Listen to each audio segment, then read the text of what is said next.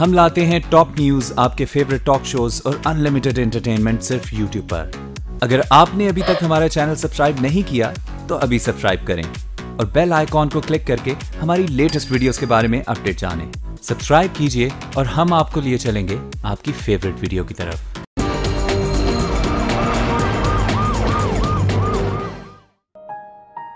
अच्छी जिंदगी की ख्वाहिश हर इंसान को होती है।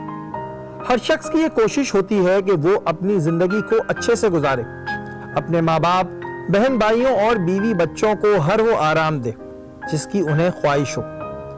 इसके लिए इंसान को बहुत मेहनत करनी पड़ती है। हमारे सामने ऐसे बहुत से लोग हैं जिन्होंने अपने बलबूते पर बहुत कुछ हासिल किया।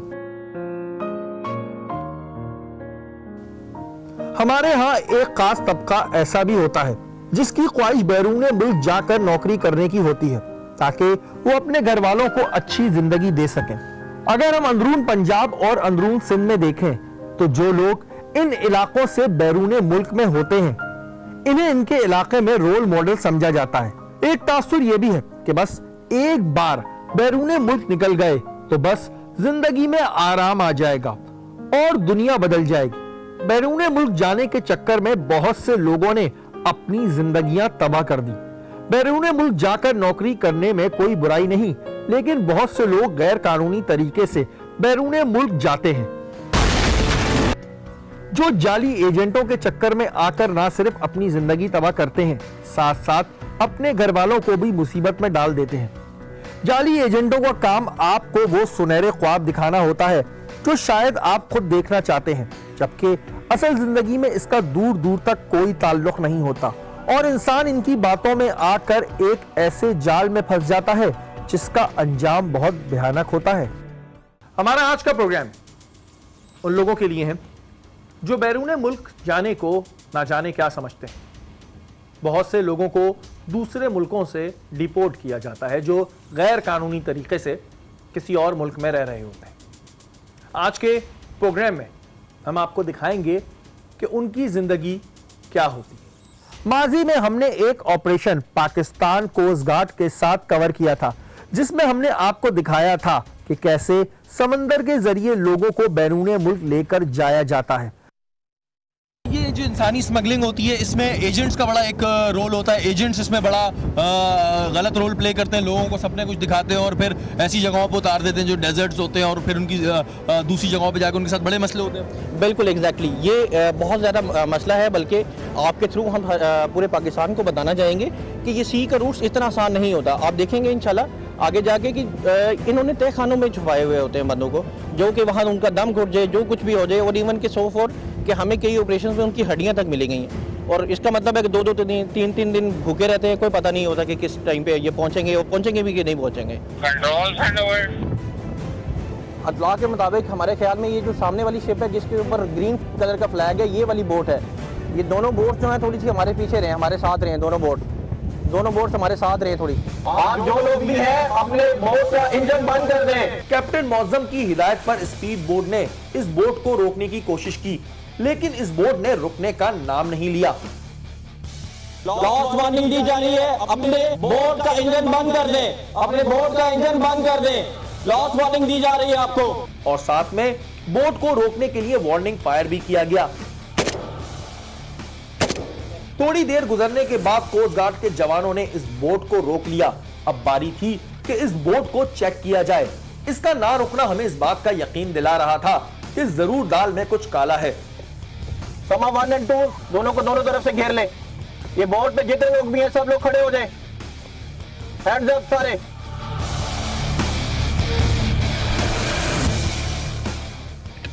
बैठ जाए, ऑन नीज हो जाए सारे। हरी अप शाबाश। बैठ जाओ अपनी जगह पे। बोट को घेरे में ले लिया गया था। पाकिस्तान कोस्ट गार्ड के जवानों ने इस बोट के अंदर चेकिंग का अमल शुरू किया। इसी दौरान मैंने भी इस बोट में अंदर दाखिल होने की कोशिश की, जिस कोशिश में जरा सी गफलत की वजह से मुझे घुटने में चोट लग गई। ये इस बात का प्रूफ था कि पाकिस्तान कोस्ट गार्ड के जवानों को कितनी हिम्मत का मुजाहिरा करना पड़ता है, क्योंकि समंदर ठहरता नहीं बल्कि हिलता रहता है। निकाले बाहर, तेरे को बाहर निकलो, बाहर निकलो, शाबाश, एक एक करके बाहर निकलो। कोस्ट गार्ड के जवानों ने बोट के अंदर बैठे हुए लोगों को चेक करना शुरू कर दिया, जिस पर मालूम हुआ कि ये सारे लोग बगैर वीजे और पासपोर्ट के दूसरे मुल्क जा रहे थे। कश्ती के अंदर भूखे प्यासे लोग ये सोच के जा रहे होते हैं कि जैसे ही बैरूने मुल्क जाएंगे तो वहां लोग हार फूल लिए इनका इस्तकबाल करने के लिए खड़े होंगे। ज्यादातर गरीब तबके को दुबई, ओमान, मस्कत, अबू धाबी ले जाने के नाम पर झांसा दिया जाता है। जंगलों से होते हुए कई रोज पैदल सफर करके कंटेनर के अंदर बंद करके जानवरों की तरह ले जाया जाता है, और अगर इस दौरान किसी की अमवात हो जाए तो उसे वहीं फेंक दिया जाता है। और इनके घर वाले पूरी जिंदगी इसी उम्मीद में गुजार देते हैं कि शायद वो वापस आ जाए।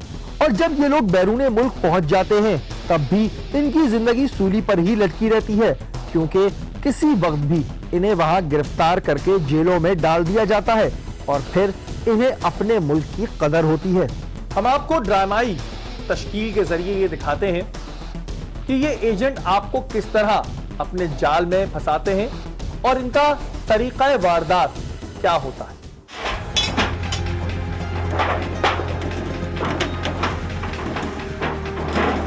इनका शिकार ज्यादातर मजदूर तबका होता है जो अपने मुल्क में हक हलाल से कमाई कमा रहे होते हैं। कमाई कम जरूर होती है लेकिन मेहनत से हालात बदले जा सकते हैं।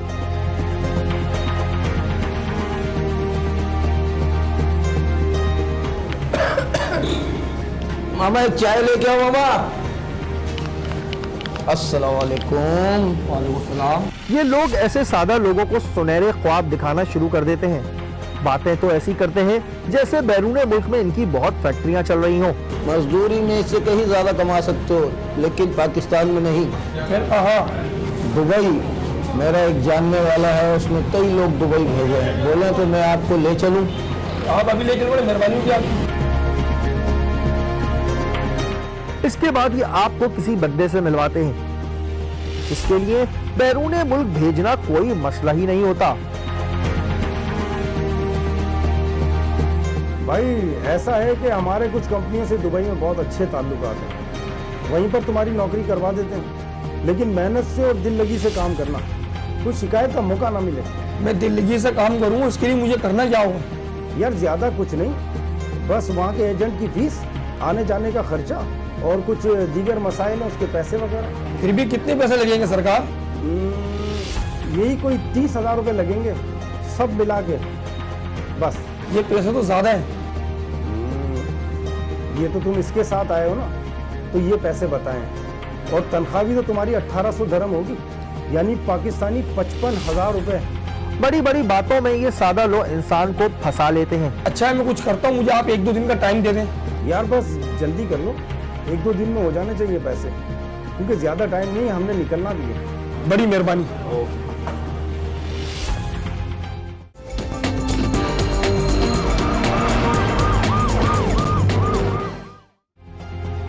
और इसके बाद वो बेचारा ना जाने क्या क्या करके पैसे जमा कर कर इनकी जेब गरम करता है।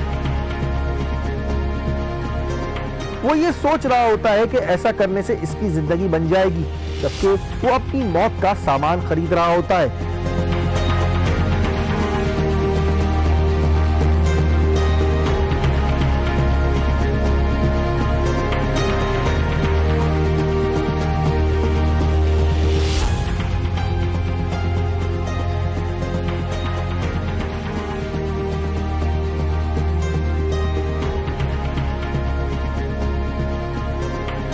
हाँ काम तो हो गया है और वो भी हो जाएगा। पहले के लोग भी तो पहुंच गए ना यार। अस्सलाम वालेकुम। वालेकुम। चलें ठीक है। हाँ भाई कर लिया इंतजाम? जी भाई, मगर मेरा काम तो हो जाएगा ना। यार हम कोई ठग थोड़ी है, और मैं खुद चलूंगा तुम्हारे साथ, और भी लोग हैं, और तुम अकेले थोड़ी हो। बहुत शुक्रिया आपका, बहुत बहुत शुक्रिया। चले घर जाके तैयारी करें और घर वालों से अच्छी तरह मिल लें, क्योंकि 1-2 दिन में हमें निकलना है। ठीक है? ये नहीं सब।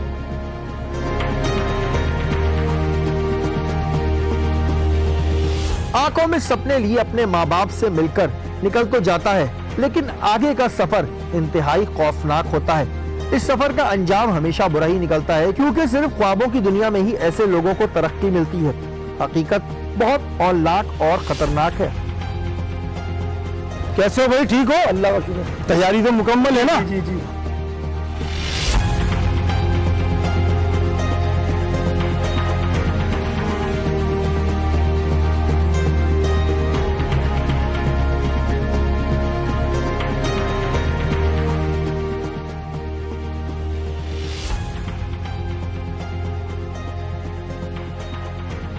अच्छा दोस्तों भाइयों, मेरा आपका सफर यहीं तक था। आगे जंगल है, बियाबान है, यहाँ पर आप मुसलसल चलते रहोगे। 2-2.5 घंटे की सफर जब तय कर लोगे ना, तो फिर आपको वहाँ पर मेरा एक दूसरा एजेंट मिलेगा, हमीद नाम होगा। वो आपकी नौकरी का, खाने का, पीने का सबका बंदोबस्त कर देगा। नौकरी का, खाने का, पीने का सब, नौकरी का, खाने का, पीने का सबका बंदोबस्त।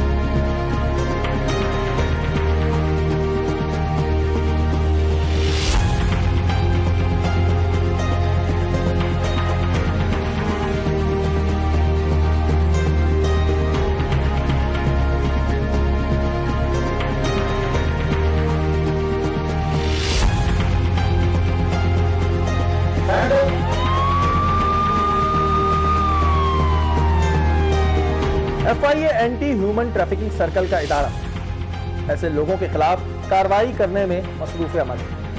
माजी में ऐसे बहुत से लोगों को टारगेट किया गया। डिपोर्ट होने वाले लोगों के हवाले से और मजीद चीजों को जानने के लिए हमने FIA anti human trafficking circle का रुख किया। FIA anti human trafficking circle जाकर हमें बहुत से इंकिशाफात हुए और हमें इस बात का इल्म हुआ कि किस किस तरह के एजेंट मासूम लोगों को बेवकूफ बना रहे होते हैं। साथ ही इन चीजों के बारे में भी मालूमात हुई जिनका ख्याल हमारी आवाम को रखना चाहिए, क्योंकि आपकी एक गलती आपकी पूरी जिंदगी तबाह कर सकती है। जी नाज़रीन, इस वक्त हमारे साथ डिप्टी डायरेक्टर FIA उमर रियाज साहब मौजूद हैं। हम बात करेंगे उस हवाले से जिस पर आज हम प्रोग्राम कर रहे हैं। उमर साहब, ये बताइएगा कि कितने लोग अब तक डिपोर्ट होकर आ चुके हैं जो पाकिस्तान से गए थे गैर कानूनी तरीके से, और कितने लोग ऐसे हैं जिन्हें यहाँ से डिपोर्ट किया? देखिए, हमारे पास अभी तक जो फिगर्स हैं 2017 खत्म हुआ है, हमारे पास तकरीबन 800 लोग ऐसे हैं जो कि डिपोर्ट होकर आए। उनमें दो किस्म के लोग हैं। एक वो हैं जो खलीजी रियासतों से डिपोर्ट हुए हैं और दूसरे वो हैं जो बाकी यूरोप से या बाकी मुल्कों से। ज़्यादातर जो तादाद है हमारे पास वो खलीजी रियासतों से ही डिपोर्ट होने वाले वो लोग हैं जो कि गैर कानूनी तरीके से यहाँ से जाते हैं। अच्छा उमर साहब, जब इन लोगों से आप बातचीत करते हैं तो क्या ऐसा जहन में होता है कि जी वो गैर कानूनी तरीके से भी जाने को तैयार हो जाते हैं, और ऐसे क्या सब्ज़बाग उन्हें दिखाए जाते हैं कि वो इस चीज़ की उन्हें ये नहीं होता है कि वहाँ जाके फंस जाएंगे या कोई मसला होगा? क्या ऐसा रीज़न होता है? सब्ज़बाग ये दिखाए जाते हैं कि लोगों को ये सब बताया जाता है कि वहाँ पर आप जाएंगे और फौरी तौर पे नेशनैलिटी मिल जाएगी, काम मिल जाएगा, मिनिमम वेज है वहाँ पर। दूसरी तरफ इधर हमारे यहाँ बेरोज़गारी काफ़ी ज़्यादा है, लोग परेशान हैं, हर बंदा चाहता है कि बेहतर मुस्तकबिल के लिए वो निकले। ये नहीं कि उनको मुश्किलात का अंदाज़ा नहीं, लेकिन उनको इतना पता नहीं होता कि क्या क्या कुछ हो सकता है। तो हम भी यही बताना चाहते हैं कि ये बहुत ज़्यादा इसमें मुश्किलात हैं, लोग बड़े तंग होते हैं, और सबसे बड़ी बात है मुल्क की भी बदनामी। एक आम आदमी किस तरह इस चीज़ को पहचानेगा कि आया ये बंदा रजिस्टर्ड है, ये बंदा रजिस्टर्ड नहीं है, उसके प्रिकॉशंस क्या है? अच्छा देखिए, एक तो ये कि वेबसाइट्स पे रजिस्ट्रेशन की पूरी डिटेल मौजूद है। दूसरी बात ये है कि आप जिसको भी पैसे दें आप उसको कहीं से मुझे दिखाएं कि आप कहाँ किससे रजिस्टर्ड, और जो भी रजिस्टर। अच्छा, सपोज वो हमें कोई रजिस्ट्रेशन नंबर बताता है जी, तो एक आम आदमी, मैं एक आम आदमी के लिए जानना चाह रहा हूँ कि एक आम आदमी उसको कैसे चेक करे क्या है ये रजिस्ट्रेशन नंबर सही है? उसमें प्रोटेक्टरेट ऑफ इमिग्रेशन का ऑफिस भी है, हमारा ऑफिस भी मौजूद है। अगर आप एयरपोर्ट पे जाएं और आप ये देखेंगे कि जो इमिग्रेशन काउंटर्स है ना, उसके ऑपोजिट साइड पे हेल्प डेस्क बना। उस हेल्प डेस्क में प्रोटेक्टरेट ऑफ इमिग्रेशन वाले भी बैठे हैं, FIA वाले। अगर आप बाहर जा रहे हैं उस वक्त भी आप चेक कर सकते हैं। उमर साहब, इस हवाले से कोई पब्लिक को मैसेज देना चाह रहे हैं आप, खास तौर पे ये जो झांसों में आके बाहर चले जाते हैं और एजेंट के हाथों में फंस जाते हैं, कोई पैगाम देना चाह रहे हैं आप? मैं यही लोगों को बताना चाहता हूँ कि आपको अगर कोई बंदा बाहर ले जाना चाह रहा है तो कोई ऐसा सिस्टम नहीं है कि वो वहाँ पे आपको सेट करा देगा, वहाँ पे आपको फिर ऐसा कोई सिस्टम नहीं। आपके पास जाने के दो तरीके हैं, एक तरीका तालीम के ज़रिए जाना है, एक तरीका काम करने के लिए। आप खुद ये तयन करें कि आप किधर जा रहे हैं। अगर आपको ये चीज़ नहीं पता तो इसका मतलब ये है कि वहाँ पे कुछ ना कुछ गड़बड़ है। वो कंपनी कौन सी है, वो जगह कौन सी है, वहाँ पे कौन लोग हैं। और आजकल तो देखिए इंटरनेट का दौर है, आप चेक कर सकते हैं कि ये कोई जगह है भी या नहीं। FIA anti human trafficking circle जाने के बाद हमें इस बात का इल्म हुआ कि कितनी तरह के एजेंट अवाम को बेवकूफ़ बना रहे हैं। एक तो वो एजेंट होते हैं जिनका टारगेट मजदूर तबका होता है, और एक वो एजेंट होते हैं जो पढ़े लिखे लोगों को बेवकूफ़ बनाते हैं स्टूडेंट वीज़ा के नाम पर। उनके शिकार का तरीका कुछ यूं होता है।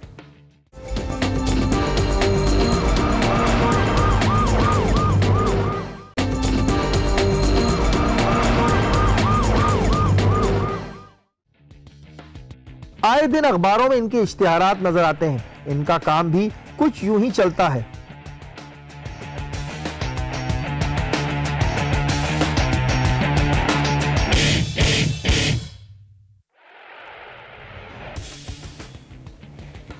अस्सलाम वालेकुम। जी अस्सलाम। जी आप टाइम से बात कर रहे हैं?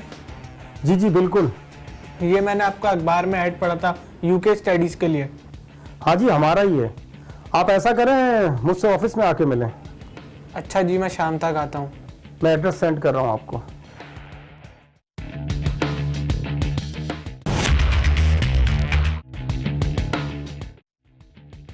बोलिए। जी मैं सैफ हूँ। मेरी आपसे सुबह फ़ोन पे बात हुई थी UK में स्टडीज़ के हवाले से। जी हाँ बिल्कुल। अच्छा क्या पढ़ना चाहते हैं आप वहाँ जाके? मुझे BBA करना है। ठीक है, क्वीन मैरी यूनिवर्सिटी से करवा देते हैं BBA। वो लंदन वाली से?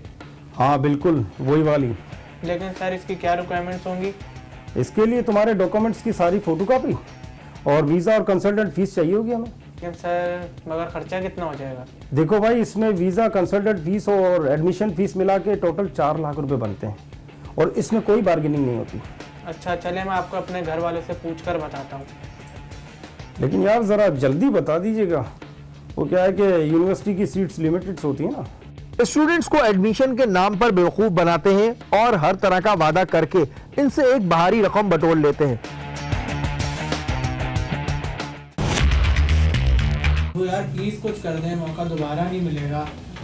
वो आप ऐसा करें जो हमारा बैंक में फिक्स डिपॉजिट से खत्म करवा के वहां से पैसे दे दें मुझे। बेचारा स्टूडेंट और इसके माँ बाप ना जाने क्या क्या करके पैसों का बंदोबस्त करते हैं।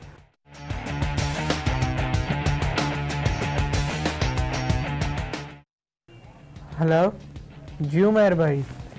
वो उमर भाई पैसों का इंतजाम हो गया है। दैट्स ग्रेट, ये तो बहुत अच्छी बात हो गई। लेकिन एक बात का ख्याल रखना, पैसे कैश लाना, क्योंकि मैं चेक और पाउडर पे डील नहीं करता। जी ठीक है ठीक है।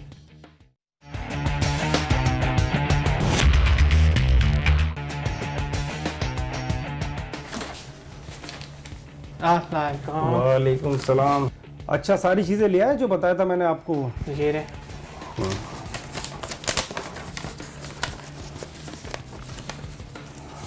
ठीक है, बस अब तुम तैयारी पकड़ो, हमने 10 दिन में निकलना होगा। और उसके बाद ये लोग रफू चक्कर हो जाते हैं। बहुत सी दफा तो ये लोग ऐसे काम करते हैं कि कोई सुराग भी नहीं छोड़ते। हो गया।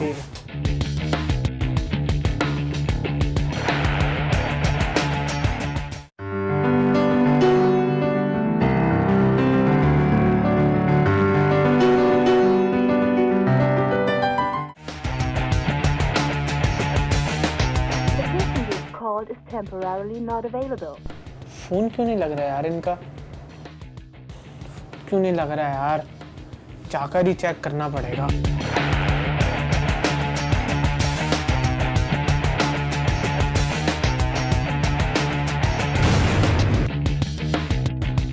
अंकल यहाँ पे एक UK कंसल्टेंट होते थे, उमर भाई। मालूम नहीं।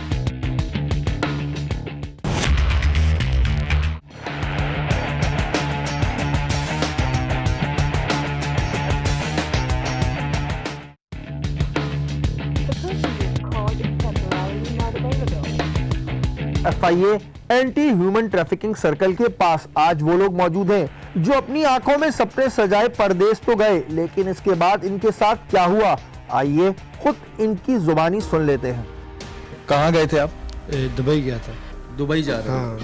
तो क्या बात क्या हुई थी, किसके थ्रू बात हुई और किस तरह गए थे? इधर ईरान का एजेंट था, कराची से लेके गया था ईरान, ईरान से लेके गया था इधर, बस पैदल चलते रहे हम जंगलों में, बाद में फिर वो लाइन से बैठा के ओमान में छोड़ा, वो पानी में छोड़ दिया। जाने से पहले किसी से मालूम नहीं किया था, कोई चेक नहीं करवाया था कि यार या इधर ये बंदा सही है और ये वाकई में इस तरह लोग बेचता है, या बस किसी के कहने पे कर लिया? उसके साथ एक हमारा गांव का आदमी मिला हुआ है।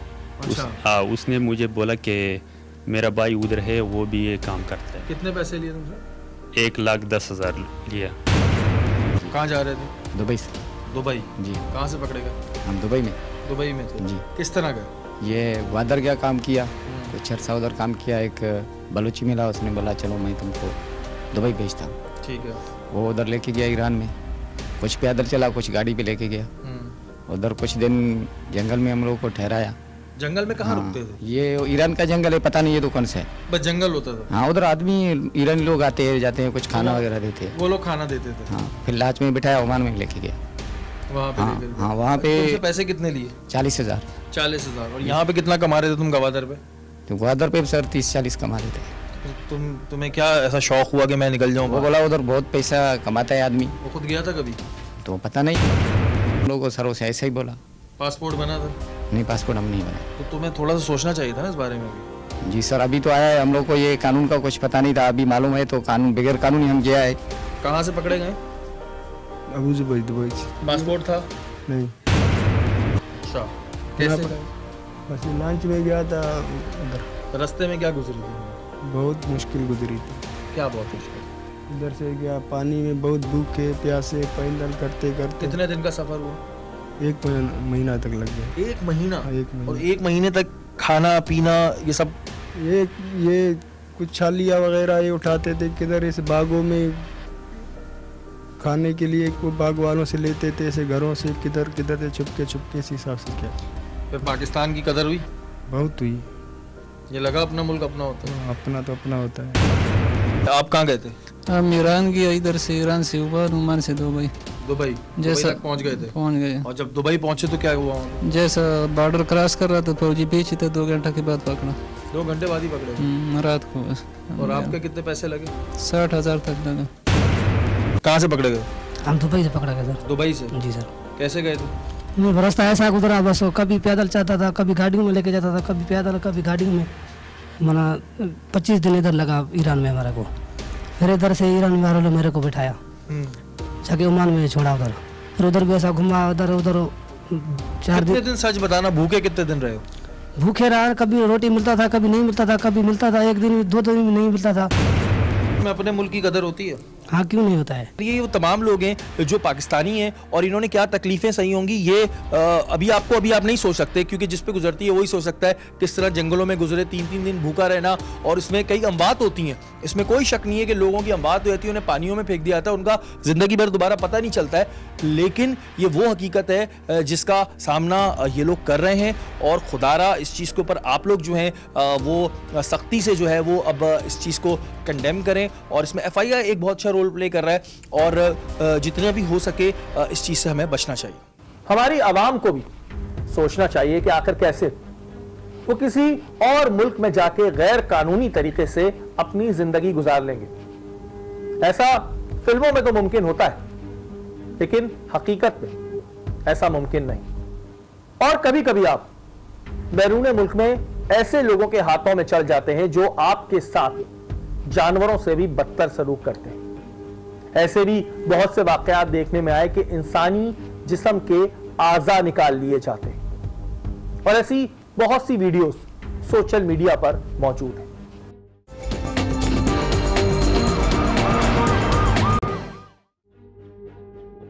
सोशल मीडिया ऐसी बहुत सी वीडियोस से भरा पड़ा है जिसमें हमें ऐसी जुल्म की दास्तान नजर आती है जिसको देखकर रूह कांप जाती है। क्योंकि जब आप गैर कानूनी तरीके से बैरून मुल्क जाते हैं और अगर आपके साथ वहां कोई जाती हो तो आप इसकी शिकायत किसी को नहीं कर सकते। ऐसे बहुत से केसेस हमारे सामने आए जिसमें इंसानी आज़ा निकाल लिए जाते हैं और जो शख्स अपनी आंखों में बैरूने मुल्क के सपने सजाए जाता है, आंख खुलने पर उसका सब कुछ खत्म हो जाता है। असि देखो 20-20 रुपये इकट्ठे करने पूरी दिहाड़ खज्जल हो गया। मौसम ते मारे भाईजान की हो जा मौसम आइयो जो मौसम होंदा घर बिस्तरियां च बहन वाला ते असि देख लो फिर भी क्योंकि आपे औखे हो लैने आ ते पाकिस्तानी भरावां नूं या अपने घरदियां नूं आने ओ ना औखे होण उन्हां वास्ते मेहनत कर रहे हैं। देख लो गोडे किवें मुंदे मारना साडियां हालतां तक लो। पाकिस्तान ते बराता रोड बाई रोड तुर्की उच्चा ईरान ते तुर्की जनाब साकू इत्थे रहन दी कोई जगह नहीं मिल रही, साकू इत्थे रोटी खाण नहीं मिल रही। असी जनाब इत्थे थके वतने देखने पे हम लोगों ने पैदल सफर किया, एक रात 2 रात तो तीसरी रात जब हम जहाँ पहुँचे पहाड़ों में तो हमें 3-4 आदमियों के हमने लाशें देखे, हड्डियाँ, ये घुटने, ये खोपड़ी, ये हमने 4-5 आदमियों को देखे। ये जो घर से निकलते हैं रास्तों में भटक जाते हैं, फिर वो उन पहाड़ों में मर जाते हैं। साड़ी गुजारिश है कि ऐसी बाहर नहीं निकल सकते, कमरे चो बाहर नहीं निकल सकते, कैसे जाइए ऐसे हूँ कैद खाने बैठे हैं, सानू कोई बाहर निकलने की इजाजत नहीं, ऐसी बाहर निकले सानू शूरतें फाड़ लेंगे।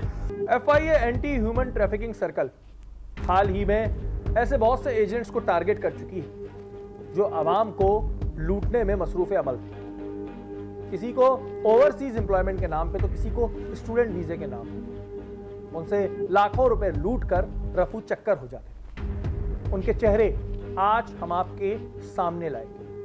ये वो तमाम चेहरे हैं जो FIA anti human trafficking circle के हाथ आए। ये वो एजेंट्स हैं जो आवाम को सुनहरी ख्वाब दिखाते हैं, इनके एहसास और जज्बात का फायदा लेकर इनकी पूरी जिंदगी तबाह कर देते हैं। जो मसीहा के रूप में वो शैतान होते हैं जो अपने फायदे के लिए इंसानी जानों से खेलते हैं। इनके चेहरों को हिफ्ज कर लें ताकि आगे कभी इनके जाल में कोई ना आए, और ना जाने ऐसे कितने और चेहरे होंगे जो आज भी आवाम की जानो माल से खेल रहे होंगे। नाज़रीन, इस वक्त हमारे साथ डायरेक्टर FIA सिंध डॉक्टर अमीर शेख साहब मौजूद हैं और FIA एक बड़े सर्कल में जो है इस वक्त सिंध में काम कर रहा है, उस हवाले से हम बात करेंगे। सर, सबसे पहले मैं ये जानना चाहूँगा कि FIA किन किन सर्कल्स में इस वक्त अपना काम सर अंजाम दे रहा है? हमारा काम जो है बेसिकली मैं उसको 3-4 सेगमेंट्स में डिवाइड करूँगा। एक होगा कि जी इमिग्रेशन, उस हवाले से फिर ह्यूमन ट्रैफिकिंग के हवाले से, और उसके लिए हमारे सेल्स हैं 2-3, एक इमिग्रेशन का एयरपोर्ट का सेल है, फिर एंटी ह्यूमन ट्रैफिकिंग सेल जो हमारा इधर ही है, जहाँ से कोई डिपोर्ट होके आता है तो उस सेल में चला जाता है, उसका इंटरव्यू होता है, किसके ज़रिए गया, कैसे गया, व्हाटएवर, तो उसके खिलाफ एक्शन होता है। दूसरा हमारा है साइबर क्राइम का सर्कल। मैं समझता हूँ उसमें बहुत ज़्यादा पोटेंशियल है, बहुत ज़्यादा शिकायत आजकल उस हवाले से हैं। और तीसरा आप देख रहे हैं कि इंटरनेट यूज़र्स जिस तरह बढ़ रहे हैं, तो आजकल आप हर बच्चे के हाथ में ये आप साइबर देख रहे होंगे, तो इसमें जो कुछ क्राइम हो रहा है उसमें भी हमारे पास एक्सपर्टीज़ हैं। तीसरा है हमारा वाइट कलर क्राइम के हवाले से, जो कॉर्पोरेशन का क्राइम हो, फार्मास्यूटिकल्स के हवाले से, जो दवाइयाँ 2 नंबर बन रही हैं कहीं पे, उस हवाले से। तो बाकी हमारा तीसरा मेन सेगमेंट वही है। FIA में शिकायत करने का अगर कोई अपनी कंप्लेन दर्ज कराना चाह रहा है तो इधर का सिस्टम क्या होता है? साइबर क्राइम के हवाले से तो इंशाल्लाह हम जल्द ही ऑनलाइन कल या परसों में से लॉन्च करेंगे ऑनलाइन कंप्लेंट सिस्टम कि जी आप, क्योंकि उसमें काफ़ी इश्यूज ऐसे होते हैं, जिस तरह बच्चियों के कुछ इश्यूज हैं, कोई इनको ब्लैकमेल कर रहा है, हैरेस कर रहा है, तो हम उसको साइबर के हवाले से इंशाल्लाह लॉन्च करने जा रहे हैं कल या परसों में। आपकी कंप्लेंट किस तरह फुल फ्लेज आ जाए कि हम उस पर एक्शन लें। सर, टाइप्स ऑफ स्मगलिंग आप क्या देखें? ह्यूमन ट्रैफिकिंग में अगर हम बात करें तो इसमें एक ह्यूमन ट्रैफिकिंग होती है और एक और एरिया होता है, उस पर थोड़ा सा बताइएगा। ह्यूमन ट्रैफिकिंग समझे इट्स टारगेटेड थिंग कि जी आप कि आप किसी को कहीं पे ले जा रहे हैं तो किस मकसद के लिए जा रहे हैं, किसी टारगेट के थ्रू लेके, टारगेट के जरिए ले जा रहे हैं। कि मसलन जी किसी लड़कियों का झरमट जा रहा है तो उसको पता होता है कि इनके जरिए हमने प्रोस्टिट्यूशन करवाना। इसी तरह ह्यूमन स्मगलिंग जो है सिंपली नंबर काउंट होता है कि जी 100 बंदे किसी मुल्क को चाहिए तो वो एजेंट उन्होंने छोड़े हुए हैं, यहाँ से 100 बंदे आप उनको ल्यूर करते हैं, कहीं पे उनको ट्रैप करते हैं, किसी मजबूर ले जाते हैं, वो समझो उधर एक नंबर काउंट के तहत ले जाते हैं। मेजर तो मेन डिफरेंस है, बाकी टेक्निकल डिफरेंस है। 80% लोग, ये मैं उन बच्चों को या उन लड़कों को जो सुहाने ख्वाब सजा के किसी एजेंट के चक्कर में पड़ जाते हैं और किसी मुल्क में कहते हैं जी मैं शायद सऊदी अरब में जाके पैसे कमाऊंगा, उम्रे का वीज़ा लगा के उधर गायब हो जाऊंगा, या मैं मस्कत जा रहा हूँ तो फिर फलां जो मेरे गांव से गया था बंदा उसने इतना कमा लिया, अपना घर बना लिया, शायद पुराने दौर होंगे। अभी उन बच्चों से, उन लड़कों से या उन लोगों से मेरी गुजारिश है कि आजकल बहुत ज़्यादा मैंने जिस तरह कहा है कि इमिग्रेशन का प्रोटेक्टोरेट है उनसे रब्ता करें, या ऑनलाइन जाके आप ये देखें कि उस मुल्क में किस किस्म का स्किल चाहिए। मसलन उधर वेल्डर्स चाहिए तो आप उसके लिए पहले वेल्डिंग का काम सीखें, फिर आपकी उधर यूटिलिटी होगी, आप कमाएंगे भी सही और then you will be able to support your family back home as well. अगर आप ऐसे, आप किसी के ट्रैक्टर का है, किसी ने कंप्यूटर लिटरेट बच्चे चाहिए तो उस तरीके से प्लीज जाएं। इस तरह सुहाने ख्वाब सजा के किसी एजेंट के चक्कर में आप अपनी जिंदगी को भी खतरे में डालते हैं, अपनी फैमिली को भी परेशान करते हैं। नाज़रीन, हमारा आज का प्रोग्राम सिर्फ और सिर्फ आवाम की आगाही के लिए। बैरून मुल्क जाकर नौकरी करना, पढ़ने की ख्वाहिश रखना हरगिज़ गलत नहीं है, लेकिन कानूनी तकाज़ों को पूरा करना बहुत ज़रूरी है। ऐसे कोई भी एजेंट आपको कुछ कहे उस पर यकीन करना सिर्फ और सिर्फ बेवकूफ़ी है। कि आपको कोई सुनहरे ख्वाब दिखाए, आपकी आंखों में सपने सजाए और आप उसके पीछे चल दें। माजी में बहुत से लोगों ने ऐसे एजेंट्स की वजह से अपनी जान से हाथ धोए। हमारे आज के प्रोग्राम में जो चीज़ें आपको FIA डिपार्टमेंट ने बताई, उन तमाम चीज़ों पर भी आपको गौर करना चाहिए। इस चीज़ की तसल्ली करनी चाहिए कि आप जिससे भी काम ले रहे हैं वो शख्स इसके अहल भी है या नहीं। अपने प्रोग्राम के आखिर में शुक्रिया अदा करूंगा डायरेक्टर FIA सिंध डॉक्टर अमीर शेख साहब का कि उन्होंने इस पूरे प्रोग्राम में हमें सपोर्ट की। अगर आपके इर्द गिर्द कोई भी गैर कानूनी काम हो रहा है या फिर आप टारगेट की टीम का हिस्सा बनना चाहते हैं तो आप हमें ईमेल कीजिए। हमारा ईमेल एड्रेस इस वक्त स्क्रीन पे आ रहा होगा। अगले हफ्ते फिर हाजिर होंगे टारगेट के किसी नए प्रोग्राम के साथ। तब तक के लिए अपने मेजबान शहरी को इजाज़त दीजिए। अल्लाह निगहबान।